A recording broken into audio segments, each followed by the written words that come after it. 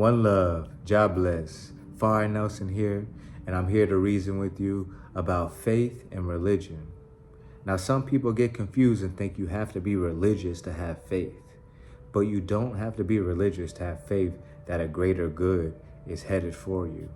You don't have to be religious to know that the universe is working for you, and that's why you're still alive to this day. That the universe wants you to win, it wants you to succeed, it wants you to live a peaceful, happy life. You don't need to be religious to have this. You don't need to read the Bible or the Quran or the Torah or any of these religious books to have faith. Have faith in yourself, have faith in the universe, and the universe will act accordingly. So if you hate the universe and you don't have faith in the universe, then lots of times what shows up in your life is that universal truth. But if you believe in the universe, believe that every situation is for you, for your growth, for your greater good, then lots of times the universe is going to show that exact thing. Now, religion, it brings more of a, not even concrete, because nothing is really proven in religion, but it brings more of a solid foundation to the faith. It brings more of relatable examples of people who lost faith and how they found faith and they were restored back into the holy presence and the holy grace of the Lord. Religion helps really just bring a unity, even though religion truly divides. But if you really want to get the essence of religion, and if you look at the essence of religion and what most books are trying to teach, it's what? Love thyself and love thy neighbor, Love thy brother and sister as thyself, love thy mother and father as thyself, do one unto others as you would have done unto you. Yes, there's lots of extreme examples of crazy scriptures in all types of religious books, but the core base of all religion is love thyself, know thyself, love thy neighbor, love thy brother and sister as thyself. All these things. The core of religion is love. Regardless of what all these people who mass, copied and edited these books have done, the core message that you can see through most of these books is love. They want you to realize that not only are you loved, but you are love. You are that shining light, the very vast, endless spirit that never dies. Just like some of the best music artists that you ever known who have transitioned to the other side, their spirit, their soul never dies because you're constantly still listening to their words, getting inspired and doing things from their words sometimes. Just like how Bob Marley inspires tons of people still to this day to be a better person, energy never dies.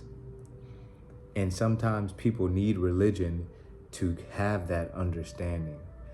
Sometimes people need religion to be like, oh, okay, this makes sense. And now I have faith. But some people don't need faith, don't need religion to have faith. Sometimes all you need is just the belief and the understanding that this world truly is for us. It is truly plentiful, so abundant, but people just try to lie to us and tell us that we need this and need that and never have enough and are lacking this, when really, I'm pretty sure the whole population, I don't know if it's the world or the United States alone, could fit in Texas. And we don't have enough of something. There is plenty to be gotten from this world. There is plenty. We have all huddled ourselves into these small towns and cities and the small ways of thinking. Just because we're in a big city don't mean we don't think small. It's time to have that faith, regardless of religion or not. And have that faith within ourselves that we don't need as much as we think we need. This is the main problem in societies. We think we need. But like I said, with religion comes text. So it brings a little bit more of structure to this faith, you know? So religion and religious texts will tell you the rich men very rarely make it into heaven. And that's because the rich man always is filled with just wants and needs and able to get all these things. He's very rarely satisfied, and very rarely after they get rich do they want to do the extra work and extra growth that the divine wants us to do to become our true selves, to be that loving energy and spirit and light that we're supposed to be. So you may think that you're being successful and living a faithful life just because you have a lot of money or a lot of things, and you think this is the examples of your faith coming to you, your karma, your good karma coming to you. But the rest of your life is hectic and in shambles. You barely talk to your family, you in no relationship, and you're in your mid-30s still trying to figure it out. Your job stressing you out, your life stressing you out, your wife stressing you out, all different types of situations.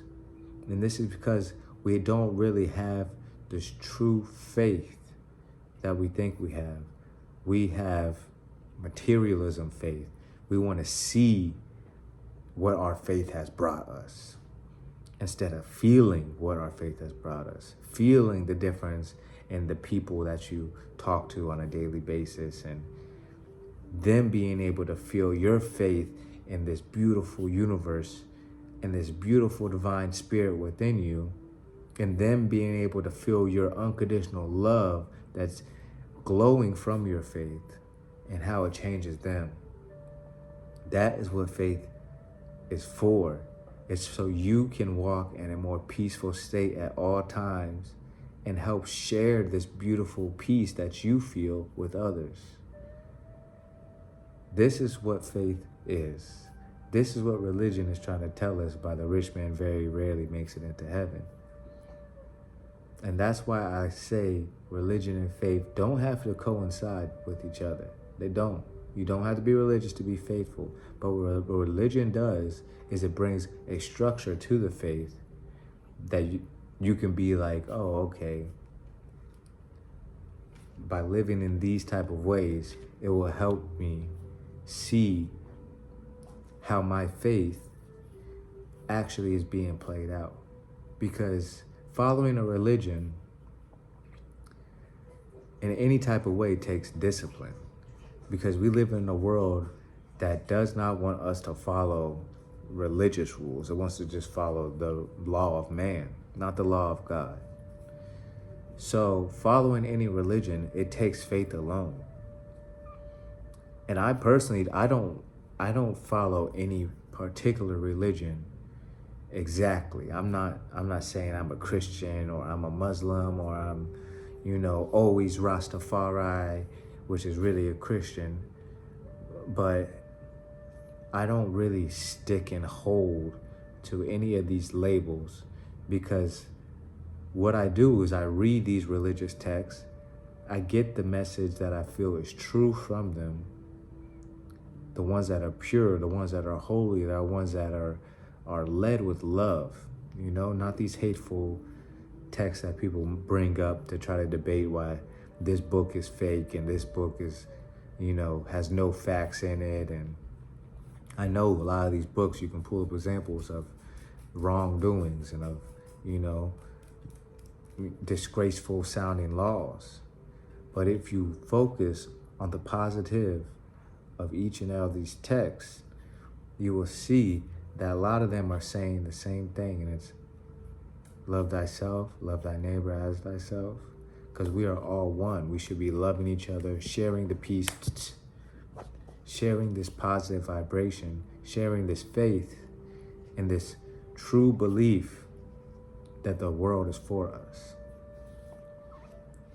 So that's why I like the religious text. I like to read the religious text, because it's interesting to see the different examples of the people who fell from grace and the people who walked that divine line the whole time, and how they were blessed accordingly or judged accordingly.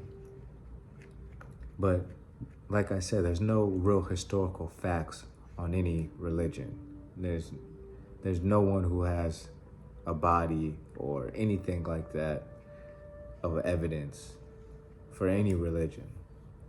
And this is a tough thing to realize if you're, a very religious person, but all you have is old ancient texts and tablets and scrolls and stuff like that, and maybe some artifacts that are maybe belonging to these religious leaders like Muhammad and Jesus and stuff like this. So really, at the end of the day, even to be religious, you have to have faith. But hopefully you're having faith in the right type of way. And that is by leading your life with love, leading with peace, being the example that you want to see in this world, and changing others. It's not about changing so much of your life and getting all these material things that you've always wanted. That's gonna come regardless with faith and you walking in that holy divine path.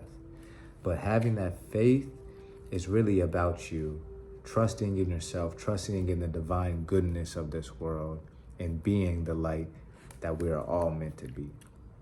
So peace, love, and blessings. I hope all of you hold faith and find yourselves, know yourselves, love yourselves, and love others the same as yourself, because that's what we truly are. We are one in this world. We aren't separate.